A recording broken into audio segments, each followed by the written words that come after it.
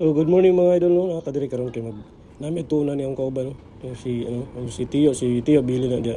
Kami lang duha. Kay mag-schooling daw min duha. So pala ko na ta dito sa tungod tuwa no. So kining wa kita lingaw magmotor-motor kita para mas dali ba. Dili gani langay at tuwan dali ra ta makabot. Kung layo sa traffic. Kay balag unsa ka traffic at least mabot ta dayon. So na mi diri ano. Mo na mong giskwelahan rio mag-beekeeper lagi daw mi kay para goods daw mga konti mag-abroad daw mi daw. So mo na mo mga kaubanan sa mga giskwelahan o hala. So mo na mga kaubanan no. Nagkuan mi sa bidri oh. Among tanggalon sa gikan sa hive niya. Kay para pod ano matilawan na mo ba ang unsay lasa siya kon dugos. So mo na magtilawan mga idol no.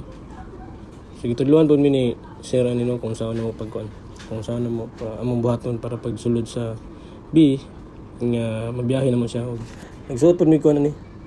Smoke, nagbuhat pod mi smoke para i-smoke na mo sa B nga dili sila aggressive ba. Dili sila mamaak dayon, makalma sila, makapakalma mo sila aso. Pero ayo kinyo balabiig paaso no kay mga matay man pud sila. Gamay lang para makalma.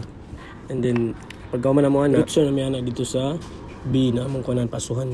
So, ni siya diri mga idol. Ipaso na niya sa diri and then wala na siya so nga bungkag na mga kuno, nang lupad ag maayo. Di kasi maklaro kay kuan. Kining against the light pero kuan na siya. Nang lupad na ang mga kuan na tro. Manuksok binas ni mong ulo, buhok, hala. Mo ganing nagdali-dali mihan ano pagkuha na pagkuha na ni classmate. Si classmate mo na siya ang luparay na sa New Zealand ata to, kalimot ko pero so kana abrihanan pa na siya. After mabrihan na niya gigamitan niya og hive tools. Mo siyang gitawag nga hive tools.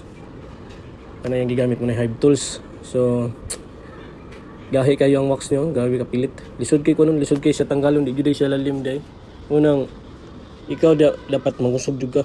Pero maginahinay lang ka kay na may mga kuan na naglupad na namilit pa dia. Pero kana siya nga klase nga bino kay kuan na siya kanang cute kung sa tuwa patawagon ba cute. O ligwan bitaw na ligwan ba na o cute basta marag ana. So kana pagkahuman na og abre na diyan na to makita ang yahang kanang dugos ug balay sa dugos mo na siya. Nga pagkahuman medyo madugay-dugay jud kay lisod jud siya kay ang yang wax perti jud pilitan nakapilit jud sig maayo ba niya. Ingon pa ni sir 2 years na daw na siya wala pa jud nabrihan. So karon pa gabrihan kay karon pa man niya gikuan sa mo ra po niya estudyante niya yang gipakuan sa mo yang gipabrihan personada lagi mi and then malingaw man po si sir sa mo kay majali kay mi no.